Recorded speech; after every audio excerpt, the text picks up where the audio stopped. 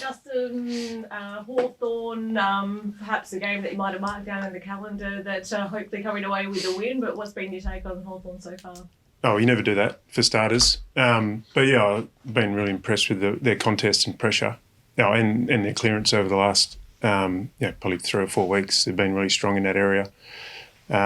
Which has led to them being really competitive and made it really clear with our players in Oppo that they've been in a lot of games, especially the last 3. So, we need to be at our best. Do you feel that they're in a similar sort of position in terms of experience-wise? They've lost quite a few experienced players and now they're taking you on, and maybe you're in a similar kind of area as far as experience is concerned? Yeah, similar. They've got a young side. I think we're 17th and 18th for experience over the weekend. So, yeah, they're in a similar position. Yep. What did you say on the weekend against Brisbane that I guess you were happy with, that you think you can build on this week as far as game style and what you're doing out there? To be honest, a bit of our ball movement, like I thought, and a bit of our dare with ball in hand was strong. Like we didn't connect well forward to centre. And I think our front half defence is holding up.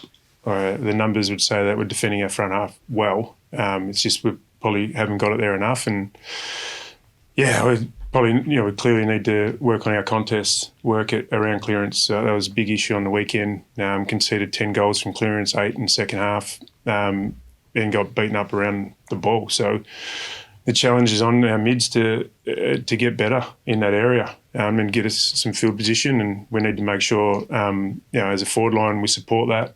And as a back line, we win contests behind the ball. That was a pretty glaring area of the game we need to get right. And it's been over the last 2 weeks we haven't got that right. Josh Tracy seemed to do a lot right in the waffle. Is he someone that you're looking at this week as someone who could, I guess, give you another sort of competitive option in attack? We'll work through that later with selection. I suppose construction of our forward line and the balance we go with there. I thought he played well. It was a really good performance by Peel on the weekend. Down in the first quarter, but then fought their way out of it and ended up with a comprehensive win with a lot of good performers. So, there's a few guys that have put their hand up.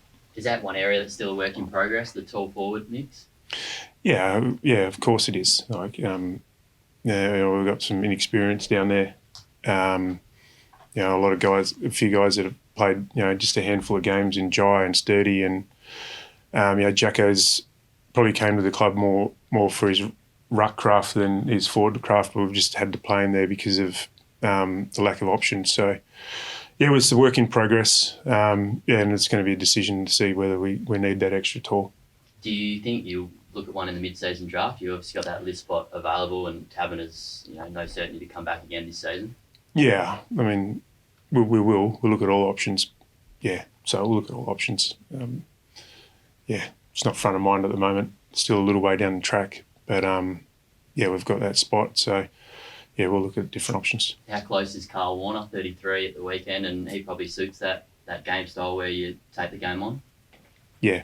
It's interesting about the game style and the change of game style that was perceived on the weekend, considering we're number 1 for handball in the first 3 rounds and been top 4 for handball in all rounds this year. So it wasn't really a change of handball. I think we just probably overdid it, given where we won the ball back and our want to take the game on. Probably overdid it in the first quarter against Brisbane. So, and back on Carl, he's been a pretty consistent performer for us. He's still got areas of his game he's working on, like all our younger players, but he's been pretty consistent for a while down at Peel. How do you go about sort of finding that balance between handball and kicking? Like you said, after Saturday, you were happy with the dare they showed, but how do you sort of balance that out?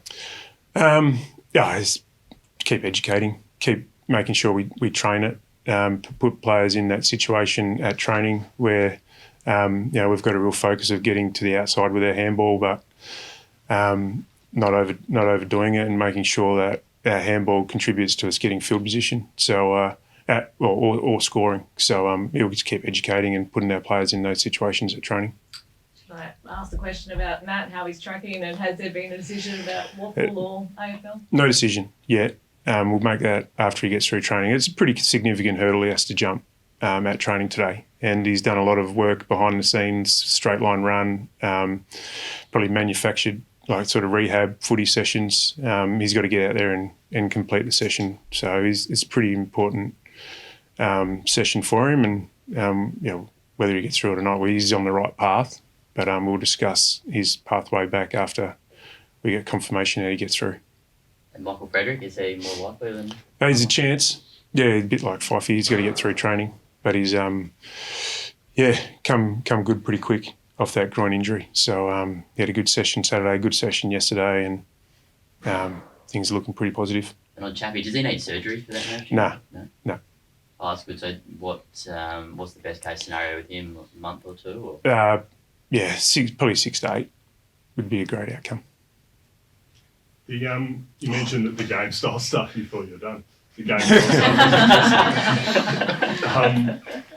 Are you changing much? It seems like you sort of feel like you've been doing the same thing and just trying to improve and get the balance right.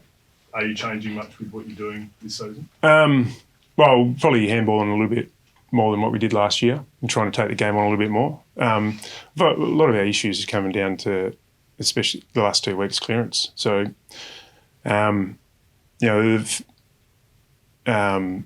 pressure losing clearance puts on your ball movement is quite significant. So, and the field position you lose by not getting that source right is significant. So, we need to get it right through there. We need to start maximising, Sean's hit-outs, and we need to start getting some field position from that source. We're relying too heavily on our ball movement at the moment.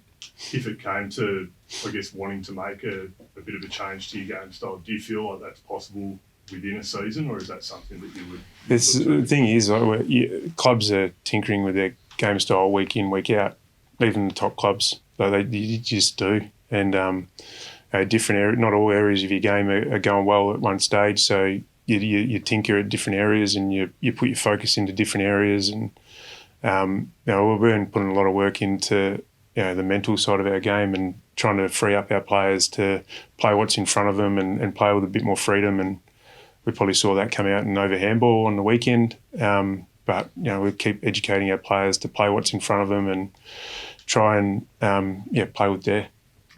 Just Matty Johnson, how's he faring? I think he was pretty down on himself after the game, and as much as it's disappointing that he'll miss a couple of matches, does that open the door for someone like Neil Erasmus?